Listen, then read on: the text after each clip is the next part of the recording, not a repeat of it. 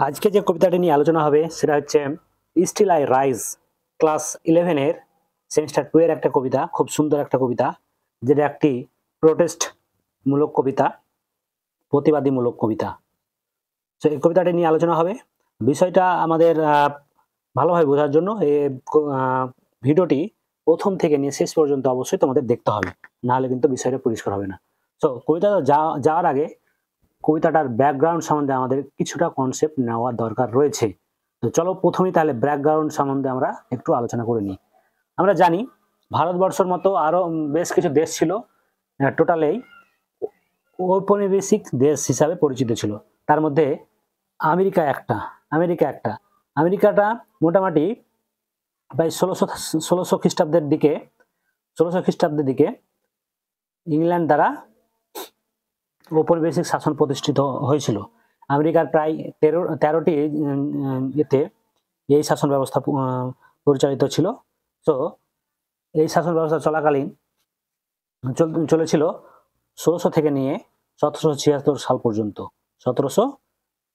1776 সাল মোটামুটি প্রায় 167 এই সালের মধ্যে আবার আমেরিকা কিন্তু স্বাধীনতাও পেয়েছিল। এতদিন পর আমেরিকা স্বাধীনতা পেয়েছিল। তো আমেরিকা স্বাধীনতা পেয়েছিল ঠিকই, তার মধ্যে এই আমেরিকায় একটা কুসংস্কারমূলক অর্থাৎ সব থেকে বাজে একটা সিস্টেম সেখানে রয়ে যায়। সেটা নাম হচ্ছে স্লেভারি, অর্থাৎ দাসত্ব প্রথা। অর্থাৎ আমেরিকাতে যখন ইংরেজরা ঔপনিবেশিক শাসন প্রতিষ্ঠা করেছিল, তখন আফ্রিকা থেকে বিভিন্ন কালো চামড়ার মানুষ, অসহায় দরিদ্র মানুষদের ধরে নিয়ে আসতো এবং সেখানে তাদের অত্যাচার করে বিভিন্ন কাজে তাদের নিয়োজিত করত। যেমন কি ছিল সুতো তৈরি, তারপরে নীল চাষ, এইসব ব্যবস্থায় সেই আফ্রিকানবাসীদের তাদের নিয়োজিত করত। তো 1776 সালে আমেরিকা স্বাধীন হওয়ার পরেও এই ব্যবস্থা কিন্তু আমেরিকাতে থেকেই যায়। থেকে যাওয়ার ফলে কি হয় না, আমেরিকার যারা বড় সড়ো মানুষ যারা ছিল, ধনী যারা ছিল, তারা কিন্তু এই আফ্রিকার মানুষদের উপরে সেই একই ব্যবস্থা চালু রাখতে পেরেছিল, অর্থাৎ কায়েম রাখতে পেরেছিল। তারা কি করলো না, এই 1776-এর পর থেকে তারা তাদেরকে অত্যাচারের মাধ্যমে বিভিন্ন কাজে তাদেরকে নিয়োজিত করেছিল।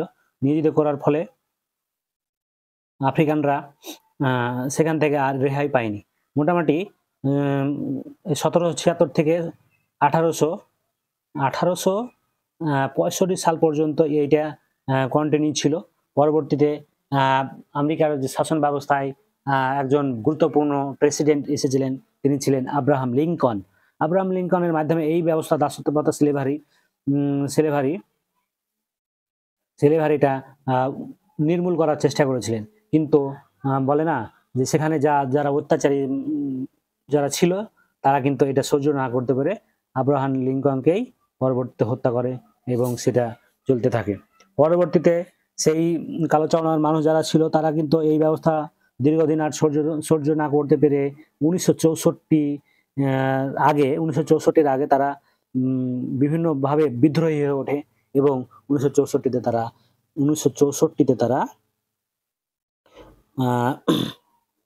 সিভিল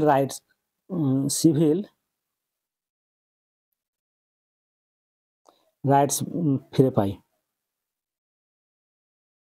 সিভিল রাইটস 1964-তে ফিরে পেল এবং 1965-তে তার 1 সাল পরেই তারা ভোটের ব্যবস্থাটা ফিরে পেয়েছিল। কারা না, ওই সেই কালো চামড়ার মানুষ, আফ্রিকার মানুষ, তারা তখন ভোটের ব্যবস্থাটাও, ভোটিং ব্যবস্থা তারা ফিরে পেয়েছিল সেই আমেরিকা থেকে। তো বিষয়টা বোঝা যাচ্ছে। তো এই যে ব্যবস্থা এখন পর্যন্ত নির্মূল হলেও পুরোপুরিভাবে নির্মূল হয়নি। এখনো সেই যারা কালো চামড়ার মানুষ রয়েছে, আর কালো চামড়া এবং সাদা চামড়া, এই দুই ধরনের মানুষ আমরা আমেরিকাতে দেখতে পাই। এই আমেরিকায় কালো চামড়ার মানুষ যারা, তাদেরকে কিন্তু খুব ভালো নজরে এখন পর্যন্ত দেখা হয় না, যদিও তারা ভোটিং সিস্টেম পেয়েছে, সিভিল রাইট পেয়েছে, আর তাদেরকে এখনো ভালো নজরে দেখা হয় না। তো এই ছিল ব্যাকগ্রাউন্ড। এবার আমরা ডাইরেক্ট যাব কবিতাতে। কবিতাতে যাওয়ার আগে প্রথমেই আমরা জেনে নেব কবির সম্বন্ধে কয়েকটা কথা আমরা এখানে জেনে নেব। সো এখানে বলে রাখি যে মায়া অ্যাঞ্জেলো। মায়া অ্যাঞ্জেলো কে ছিল না আমাদের কবি।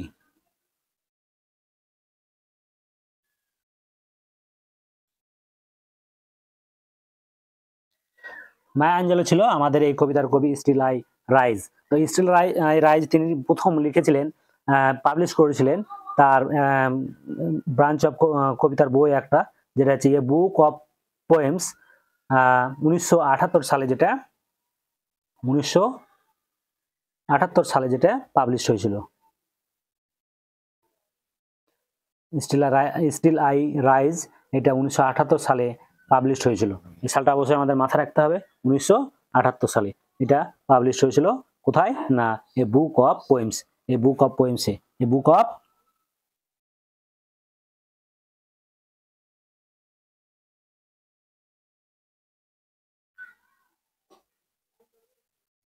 এই বুক অফ পোয়েমসে এটা পাবলিশ হয়েছিল। আশা করছি আমি পরিষ্কারভাবে এটা বলার চেষ্টা করছি, তোমরা দরকার হলে এটা পজ করে লিখে নিতে পারো। তো এই বুক অফ পোয়েমসে এটা যখন পাবলিশ হয় সেটা সালটা ছিল 1978। তো মায়া অ্যাঞ্জেলো প্রথম তিনি জন্মগ্রহণ করেছিলেন 1928 খ্রিস্টাব্দে আমেরিকার ইউএসের মিসৌরি বলে একটা জায়গা, সেই জায়গাটাতে তিনি জন্মগ্রহণ করেছিলেন। যদিও তিনি আমেরিকায় জন্মগ্রহণ করেন, বাট তিনি ছিলেন একজন পিতার দিক থেকেই হোক, মায়ের দিক থেকেই হোক, তিনি একজন আফ্রিকান ছিলেন। সো এই যে আফ্রিকানদের প্রতি এই যে অত্যাচার, এই অত্যাচার তিনি সহ্য না করতে পেরে তিনি এই কবিতাটা লিখেছেন, স্টিল আই রাইজ। তো কবিতাটা এবার আমরা ডিটেলসে গিয়ে পড়ে নেব, দেখব। মায়া অ্যাঞ্জেলো তেনার জন্মকালীন নাম, অর্থাৎ তার ছোটকালের যে নাম ছিল সেটার নাম ছিল মার্গারেট অ্যানি জনসন। তো মার্গারেট অ্যানি জনসন তার পরবর্তীতে নাম হয় মায়া অ্যাঞ্জেলো হিসাবে। তো কবিতাটা আমরা লাইন বাই লাইন এবার পড়ার চেষ্টা করব। প্রথমত বলে রাখি যে কবিতাটা শুরু হচ্ছে কি বলছে, যে তাহলে কবিতাটার দিকে চলে আসি। You may write me down in history.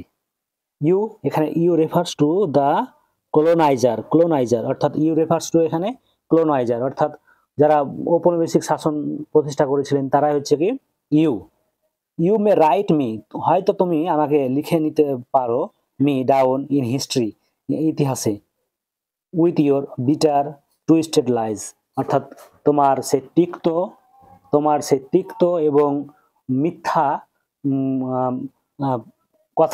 মিথ্যা কথার মাধ্যমে আমাকে হয়তো তুমি ইতিহাসে লিখে নিতে পারো। প্রথম দুই line, you may trod me in very dirt, হয়তো তুমি আমাকে পদদলিত, ট্রড মানে হচ্ছে, ট্রড মিন্স পায়ে দলিত করা, তো তুমি হয়তো আমাকে পায়ে দলে দিতে পারো, ইন ভেরি ডার্ট অর্থাৎ নোংরা কাদাতে তুমি হয়তো আমাকে পায়ে দলে দিতে পারো, but still I dust still like dust I rise, তবুও আমি লাইক ডাস্ট মানে হচ্ছে ধুলোর মতো আমি উঠবো, তবুও আমি ধুলোর মতো কি করব না আমি উঠে যাব। সো এখানে প্রথম 4 লাইন পড়া হলো। প্রথম 4 লাইনের কি বলা হলো না, বলছে যে you may write me down in history, তুমি হয়তো আমাকে ইতিহাসে লিখে নিতে পারো কি দিয়ে, উইথ ইয়োর বিটার তিক্ত অ্যান্ড টুইস্টেড বিকৃত লাইজ মানে হচ্ছে মিথ্যা কথা দিয়ে। হ্যাঁ, ইউ মে ট্রোড মি, অর্থাৎ আমাকে তুমি পদদলিত করতে পারো, ট্রোড মিন্স পদদলিত করা, পায়ে মোড়া, ইন দ্য ভেরি ডার্ট অর্থাৎ সেই নোংরাতে, বাট স্টিল লাইক ডাস্ট তবুও আমি কি করব না ধুলোর মতো I will rise.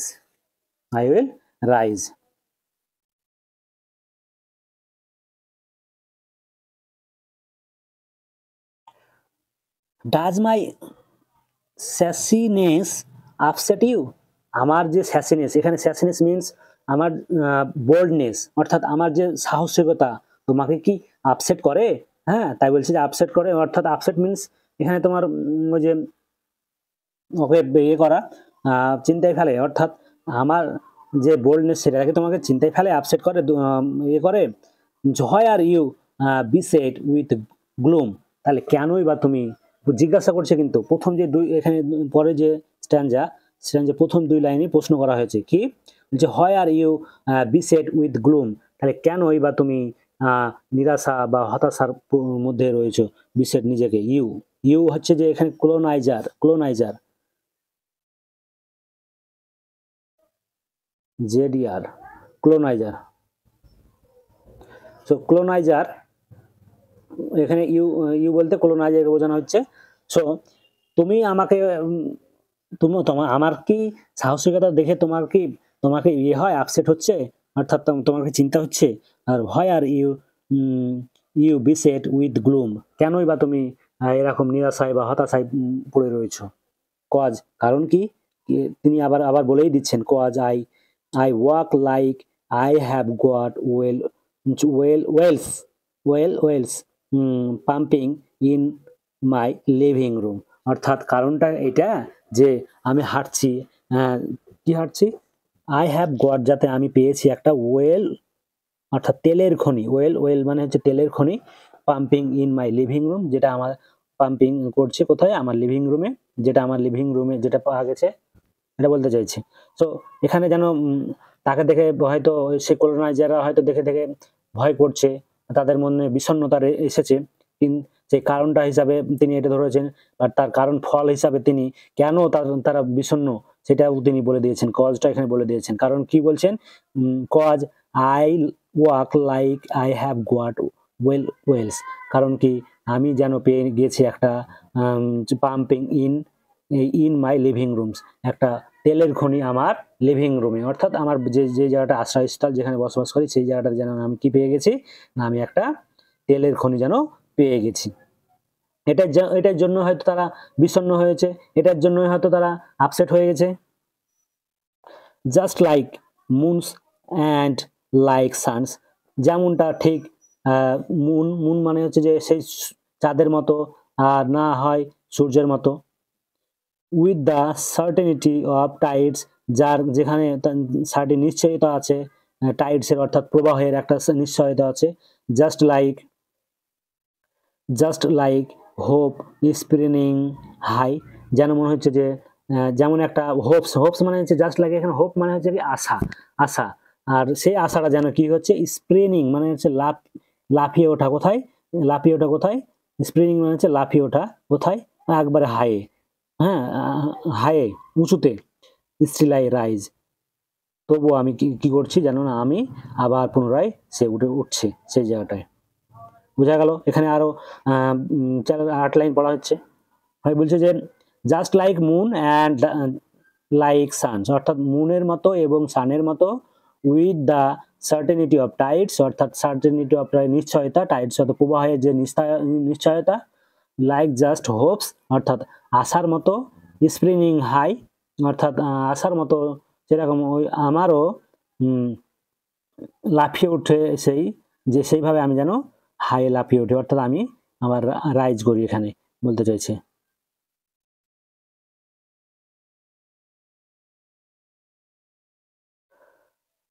Did you want to see me broken, তুমি কি আমাকে দেখতে চাও ভাঙা ভাবে, ব্রোকেন মানে এখানে হচ্ছে যে পরাজিত হওয়া, অর্থাৎ এখানে সে কবি বলতে চাইছেন, তুমি কি আমাকে পরাজিত হিসাবে দেখতে চাইছো, ব্রোকেন। বো হেড, অর্থাৎ বো হেড মানে অর্থাৎ নিচে, মাথা নিচু করা, লোয়ার আইজ, চোখগুলো নিচে পড়ে থাকবে, তুমি কি এটা চাইছো। এখানে আবার দুটো প্রশ্ন করা হয়েছে, তাহলে কি বলছে প্রথম 2 লাইনে, did you want to see me broken, তুমি কি আমাকে দেখতে চাও ব্রোকেন হিসাবে, অর্থাৎ পরাজিত হিসাবে। বো হেড, আমার মাথাটা নিচু করা দেখতে চাও, আর লোয়ার আইজ অর্থাৎ চোখ দুটো আমার নিচে থাকবে এরকম দেখতে চাও। Shoulders falling down like teardrops, অর্থাৎ শোল্ডার্স মানে হচ্ছে ঘাড় পড়ে রইবে নিচের দিকে, লাইক টেয়ার ড্রপস মানে যেমন, টেয়ার ড্রপস মানে হচ্ছে চোখের জলের মতো। Weakened by my soulful cries, আর যেটাতে আমাকে দুর্বল করে দিবে, বাই মাই সোলফুল অর্থাৎ দুঃখজনক কান্নাতে,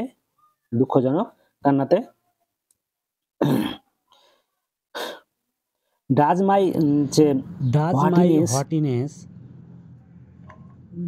অফেন্ড ইউ, ওই লাইনটা বলছে ডাজ মাই হটিনেস অফেন্ড ইউ, তার মানে হচ্ছে যে আমার যে প্রাইড, গর্ব, তোমাকে কি সেটাতে বাধা দেয়? অফেন্ড মিনস এখানে বাধা দেওয়া। সো এখানে ইউ বলতে কাকে বোঝানো হয়েছে? ইউ হচ্ছে যে সেই কলোনাইজারকে বলা হয়েছে যে আমার যে গর্ব, সেই গর্বটা কি তোমাকে কি বাধা দেয়, সেইটুকু এই লাইনটাতে মিন করছে। So don't you take it যে ফুল হার্ড, তুমি কি এটা নাও না ভয়ঙ্কর কঠিন হিসাবে।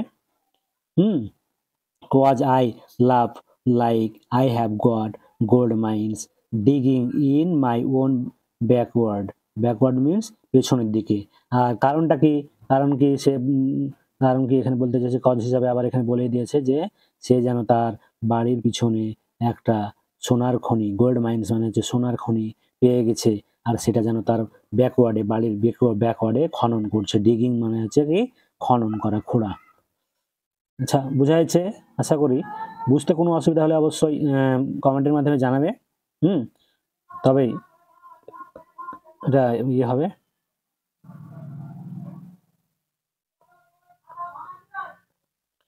তো আজকে আমরা এই পর্যন্তই কবিতাটা পড়ব। আবার বাকি অংশটা নিয়ে আর একটা ভিডিও আমি খুব শীঘ্রই বানিয়ে দেবো। ঠিক আছে, আজকে এই পর্যন্ত হলো, অনেকটা ভিডিওটা লেন্দি হয়েছে, ছোট ছোট করে করতে চাইছি। সো দেখা হচ্ছে তাহলে পরের ভিডিওতে। ততক্ষণ পর্যন্ত টাটা। দেখতে থাকো এই ভিডিওগুলো অবশ্যই।